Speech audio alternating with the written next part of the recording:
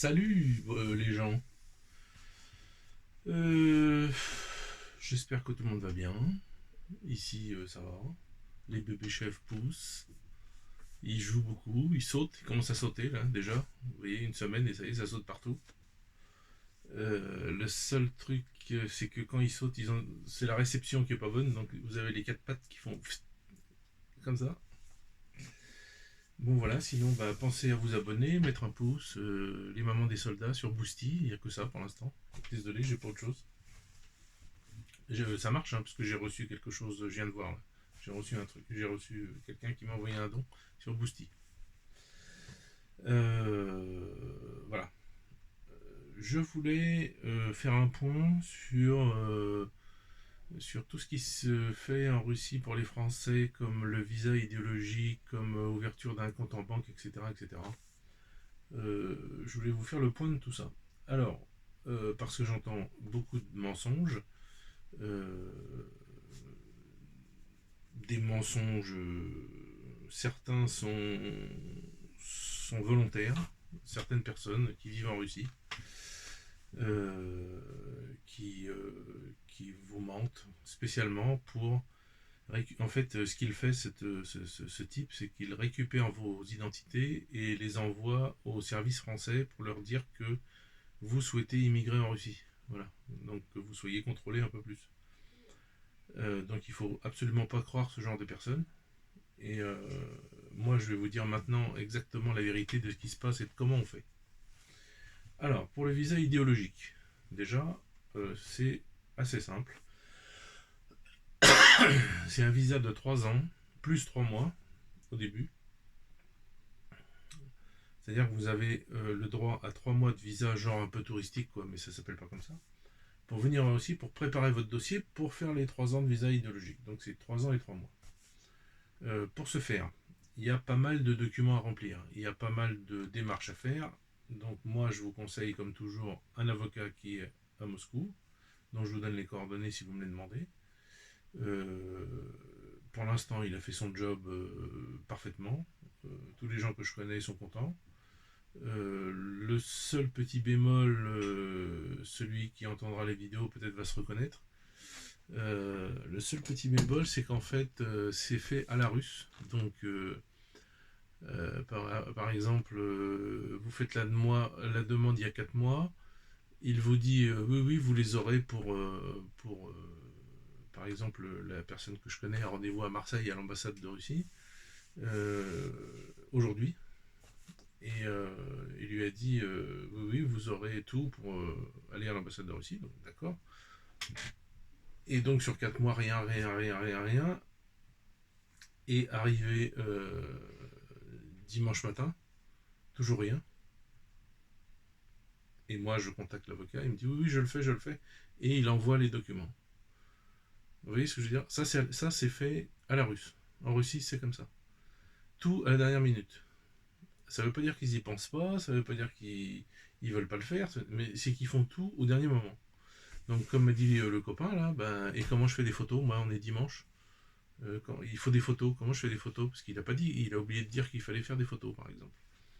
Euh, c'est marqué, mais il l'a pas spécifié. Pourtant, c'est marqué dans les documents. Mais bon. Pareil, photocopier les documents. Si vous n'avez pas une imprimante à la maison, vous faites comment le dimanche? Parce que c'est pas la Russie en fait. Lui, il voit ça comme à Moscou, parce qu'à Moscou tout est ouvert, mais en France non.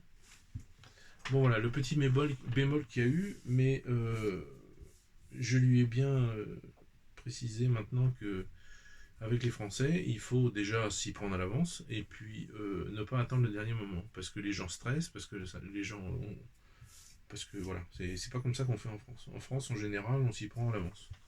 Pour justement, s'il y a un problème, s'il y a un truc comme ça, bah, se préparer et faire les photos comme il faut, et faire les copies comme il faut, etc. Bon, je pense qu'il a compris. Sinon, bah, le visa idéologique, donc c'est un visa qui est exactement le même. Ça s'appelle un RVP, c'est exactement la même chose que le RVP. Vous aurez un RVP, c'est-à-dire un visa temporaire de résident de 3 ans. Alors la différence avec le vrai visa, c'est pas un visa, ça s'appelle même pas un visa. On va dire RVP, donc avec le vrai RVP, c'est que le vrai RVP, il faut que vous soyez, sauf si vous êtes marié à une Russe, sauf s'il y a des conditions comme ça, vous êtes dans des quotas. C'est-à-dire que si vous faites votre demande en octobre, et ben vous l'aurez jamais. Parce que à partir du fin mai, début avril, les quotas sont remplis. Il y a tant de demandes par an, voilà, les quotas sont remplis, c'est fini, vous ne pouvez plus demander. Donc là, le visa idéologique, c'est sans quota, et surtout sans examen de russe. Mais ça ne veut pas dire qu'il ne faut pas apprendre le russe. Parce qu'au bout des 3 ans de visa idéologique, ils ne vont pas vous en refaire un autre. Vous arrivez au bout de vos 3 ans, il va falloir faire une demande de VNG, c'est-à-dire de visa de résident permanent. Où là, vous êtes tranquille après, je veux dire, vous avez juste tous les ans à montrer à l'administration les sous que vous avez, comment vous vivez, etc. etc. Donc voilà, et puis c'est une chose qu'il faut faire tous les ans, ça, c'est obligatoire. Il n'y a que quand vous avez le passeport russe que vous n'allez pas le faire. Mais bon, il faut le faire, c'est tout. Vous leur montrez que vous avez de l'argent pour vivre l'année prochaine, et puis voilà. Ou alors vous avez une entreprise comme moi, et puis vous payez des impôts, et vous leur donnez les documents, combien vous avez gagné cette année, combien d'impôts vous avez payé, etc. Il faut que ça dépasse au moins le minimum vital russe, c'est-à-dire 200 000 roubles à peu près. C'est un peu plus maintenant. Voilà, donc le visa idéologique, c'est sans quota, sans examen de russe. Mais, comme pour le VNG, il vous faudra passer l'examen de russe, moi, ce que je vous conseille, c'est de ne pas attendre le dernier moment, parce que c'est hyper long et compliqué à apprendre le russe, c'est de le faire en arrivant. Vous avez 3 ans pour vous préparer. Voilà. Vous avez 3 ans pour apprendre le russe, apprendre des cours, etc. 3 ans, quand même, c'est quand même pas mal. Et ça vous donne le temps, petit à petit, d'apprendre le russe. Alors, je vous conseillerais deux choses. Enfin, je vais vous donner mon exemple. Moi, j'ai pas appris exactement le russe. Je parle pas bien le russe. Je le parle, je peux aller au magasin, je peux parler avec des amis, voilà. Mais des fois, il y a des trucs que je comprends pas. Mais je sais comment dire, je comprends pas, et il trouve une autre phrase, une autre manière, avec des mots que je comprends, et du coup, ça passe. Il faut apprendre le russe. Voilà, bon, je vais pas vous dire de pas l'apprendre, il faut l'apprendre. Mais quand vous irez à l'examen, il faut que vous ayez le site, alors si ça n'a pas changé d'ici là, mais pour l'instant c'est comme ça, le site internet où vous avez 38 questions. Dans chaque question, vous avez 6 questions. Vous allez, par exemple, question 1, vous allez dedans, là il y a 6 questions. Question 2, vous cliquez, là il y a 6 questions, etc. etc. et c'est par sujet. Donc ça fait 6 fois 38 questions. Il faut toutes les apprendre à peu près. Il faut, si vous ne savez pas exactement le russe, il y a des techniques pour essayer d'avoir l'examen. Alors, la plus simple, la question 38, toutes les réponses, alors c'est des questions, vous n'avez même pas à apprendre les questions, vous n'avez pas à apprendre ces questions, je veux dire. Donc, vous avez toutes vos questions, et il faut dire si c'est vrai ou si c'est faux. Et c'est pas compliqué, tout est vrai. Donc, vous n'avez pas à les apprendre. La question 38 de l'examen, vous aurez une des 6 questions qui est là, et tout est vrai. Donc, vous n'avez même pas à vous creuser la tête, la 38, c'est vrai. Voilà. Ensuite, il faut trouver des mots-clés. Alors moi, j'ai eu par exemple à l'examen une question sur les lois, parce que sur les lois et sur l'histoire, il faut avoir au moins 3 sur 6. Si vous n'avez pas 3 sur 6, vous n'avez pas l'examen du tout. Même si vous avez tout bon au reste. Donc j'avais une question qui était, je ne sais pas ce que c'était la question, j'en sais rien. J'ai rien compris. J'avais 3 réponses, j'en sais rien, je ne sais pas ce que ça dit, j'ai rien compris. Mais la numéro 3, et quand j'avais appris les questions, je me rappelais que cette question, la bonne réponse, c'était celle où il y avait écrit drug druga, c'est-à-dire l'un et l'autre. Et là, qu'est-ce que je vois? Drug druga, pof, je coche ça, c'est bon, j'ai eu bon. Qu'est-ce que j'ai eu d'autre comme question? Alors, vous avez un moment où vous avez une image, et il y a 6 questions suite à cette image. Et là, c'est de l'oral. Mais en fait, il y a 6 images différentes, dans le site internet, hein. Quand vous faites l'examen, il n'y en a qu'une. Mais à chaque fois, c'est les 6 mêmes questions. Donc vous vous débrouillez à savoir ce qu'il faut répondre. Par exemple, première question, quand est-ce que ça se passe, où est-ce que c'est, etc. Et l'image que j'ai eue moi à l'examen, c'est euh, le, une gare de nuit, on voit que c'est de nuit, et les gens sont vêtus légèrement, donc vous pouvez dire que c'est la nuit, que c'est l'été, puisque les gens sont vêtus légèrement, et qu'il est tard le soir, parce que bah, c'est la nuit. Donc vous dites ça, ça suffit. Ensuite, on vous demande de décrire ce qui se passe sur l'image. Alors, bah, vous expliquez un petit peu, quoi, que c'est des gens qui vont à la gare, que c'est des gens qui sont à la gare, qui attendent le train, qui partent en vacances, parce qu'ils sont tous avec des valises ou un truc comme ça. Ensuite, ils vous demandent de prendre une personne que vous voulez dans le truc et vous décrivez. Alors, bon, etc. Sachez que, quelles que soient vos réponses, si vous faites des erreurs, c'est pas grave. Ça fait partie de l'examen. Si vous faites des erreurs, c'est pas grave. Tout ce qu'ils veulent, eux, c'est que la question, vous y répondez, vous avez compris la question. Ils voient que dans la réponse que vous faites, vous avez compris ce qu'on vous demande. Euh, pour moi, la question la plus compliquée, c'est celle où vous avez un grand texte. Alors, il faut lire tout le texte. Il faut comprendre, évidemment. C'est pour ça que je vous dis qu'il faut apprendre un peu le russe avant. Et ensuite, vous devez répondre à des questions. Des questions à choix multiples. Alors, par exemple, je vais dire n'importe quoi, mais il y a un des sujets, c'est la ville de Vladivostok. Ils expliquent plein de trucs, etc. Et la première question, Vladivostok a tant d'habitants, ou tant d'habitants, ou tant d'habitants. Et ben, la réponse, vous l'avez dans le texte. Donc il faut savoir lire, trouver. C'est simple en fait, mais ça prend beaucoup de temps. Il faut repérer les mots, il faut chercher bien comme il faut, enfin il faut pouvoir se débrouiller. Moi je sais qu'est-ce que j'ai eu comme texte, je me rappelle même plus. Bon c'est pas grave. Bon voilà, donc ça c'est pour le RVP. Donc je vous ai bien expliqué, le RVP c'était sans quota, sans examen de langue, mais au bout de 3 ans, vous aurez un examen si vous voulez rester. Sinon, il faut partir. Donc il faut vous préparer en arrivant. Surtout en arrivant, perdez pas de temps. Je vous jure. 3 ans pour apprendre le russe, c'est pas beaucoup. Donc il faut vraiment y aller à fond, quoi. Euh, Si vous ne faites pas la même erreur que moi, si vous vous mariez avec une russe, ne parlez pas en anglais tout le temps ou en français, même si elle connaît le français. Parlez russe tout le temps, tout le temps, tout le temps. Je ne l'ai pas fait et c'est une erreur. Voilà. Je le regrette maintenant, mais bon, c'est comme ça. Deuxième chose, ouvrir un compte. Alors j'ai lu des âneries encore là, un espèce de neuneu là, qui m'a emmerdé sur internet là, qui vous dit que le compte ça s'ouvre en 5 minutes, etc. En fait, il y connaît rien du tout. Il sait rien du tout. Il critique le fait que des gens se fassent payer pour aider à faire ça, mais bon, c'est énormément de travail en fait. Pourquoi? Parce que la loi a changé depuis janvier 2025, 25. On est en 25 là, oui. Depuis janvier 2025. Et si vous voulez ouvrir un compte, ça prend 5 minutes. Ça, il n'y a pas de problème. Enfin, allez, un peu plus, 30 minutes. Mais, pour ouvrir un compte, il vous faut un numéro de téléphone. Et pour avoir un numéro de téléphone, c'est ça qui a changé. Là, c'est hyper long. Il vous faut ce qu'on appelle le SNILS, c'est-à-dire, on va dire, un numéro de sécu, quoi. Donc, pour avoir ça, il faut aller à l'administration, il faut parler avec eux, il faut préparer le dossier avant, il faut donner le dossier, et vous avez la réponse que dans quelques jours. Donc déjà, il faut rester un certain temps en Russie. Vous ne pouvez pas venir pour 2-3 jours, quoi. Deuxième chose, il faut vous inscrire sur Gosuslugi. C'est le système russe informatique de tout.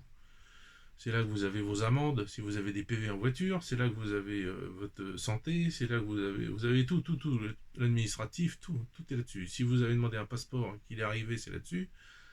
Tout est là-dessus. Donc il faut lire le russe déjà, parce que c'est pas traduit en français, donc il faut le faire. Il faut que la personne qui vous aide le fasse. Ensuite, il faut aller courir à la banque, parce que il n'y a que la banque qui fait le passeport biométrique. C'est obligatoire maintenant pour ouvrir un compte en banque, pour ouvrir une ligne téléphonique. Le passeport biométrique prend diverses photos de votre tête dans tous les sens, comme ça, et de votre voix. Alors, on vous fait compter jusqu'à 10, on vous fait compter à l'envers de 10 à 1, on vous fait dire des chiffres complètement aléatoires, mais en français, c'est possible. Il n'y a pas besoin de le dire en russe. Celui qui l'a fait il y a quelques temps, là, que je connais, il a fait en français. Voilà, 1, 2, 3, 4, 5, 6, 7, 8, 9, 10, 10, 9, 8, 7, 6, 5, 4, 3, 2, 1, et moins vite que ça. Il faut le faire doucement. Alors, ça a été un peu compliqué, leur système n'est pas super au point, mais à la fin, ils y sont arrivés.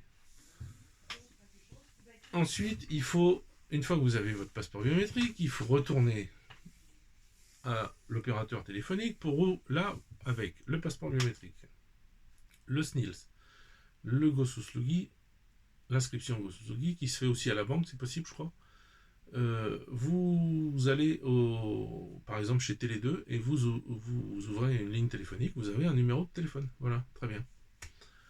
Et ensuite, c'est pas encore fini, avec ce numéro de téléphone, il vous faut aller à la banque, où là, vous pouvez enfin ouvrir un compte. Alors ouvrir un compte, ça prend 30 minutes, mais comme vous voyez, pour tout, il faut que quelqu'un vous accompagne. Donc ne soyez pas étonnés si les gens vous demandent un peu d'argent, c'est complètement normal, c'est beaucoup de travail, en amont, et avec vous, il faut vous tenir la main tout le long, en fait, quoi, parce que c'est beaucoup de travail. Et il faut le faire. Donc vous voyez, ceux qui vous disent ça prend 5 minutes, c'est faux, on raconte des bêtises et tout ça, c'est des gros guignols. Enfin, bon, c'est toujours le même en fait. Hein. Bref, je ne veux pas en dire plus parce que je peux pas vous dire pourquoi. Voilà. Mais je vous le dirai un jour. Un jour, quand ça arrivera, je vous dirai ce qui va lui arriver. Pour l'instant, c'est comme ça.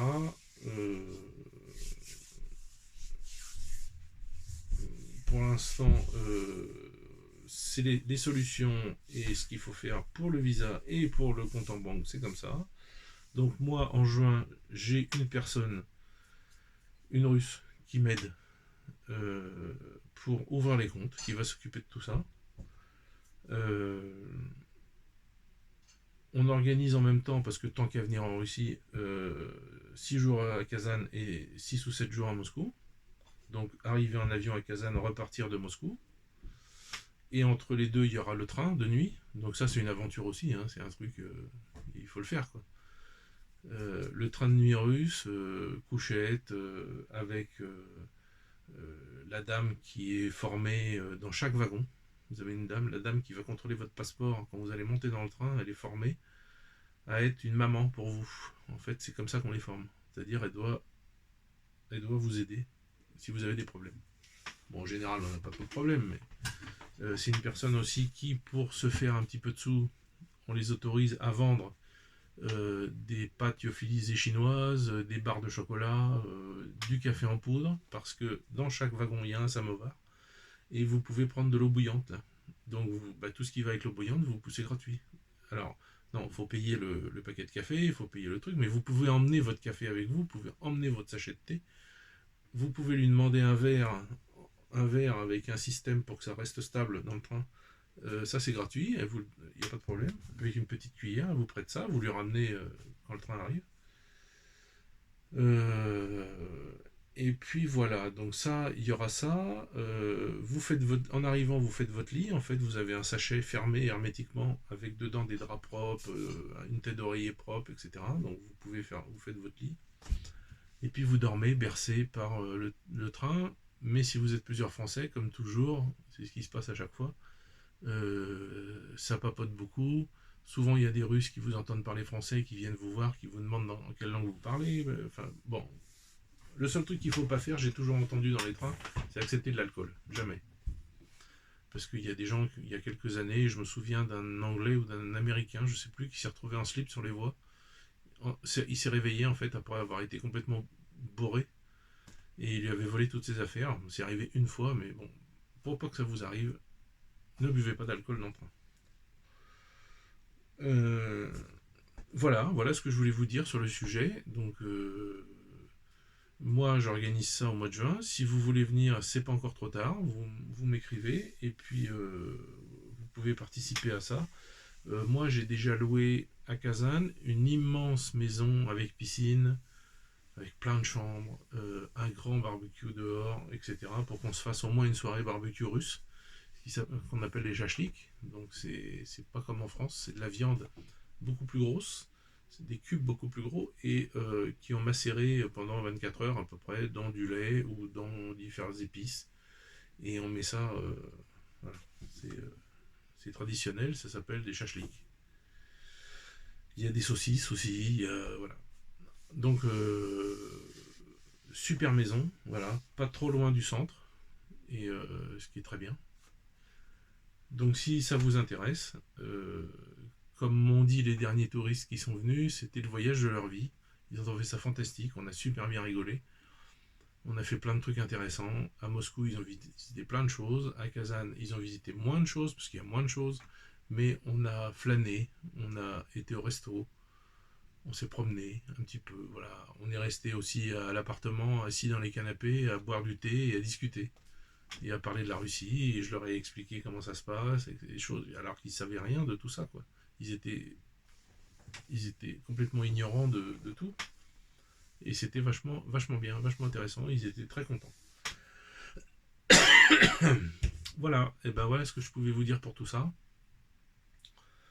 Écrivez-moi, l'adresse est juste sous la vidéo, hein, c'est marqué. Écrivez-moi là, et il y a l'adresse, vous cliquez pour m'envoyer un message.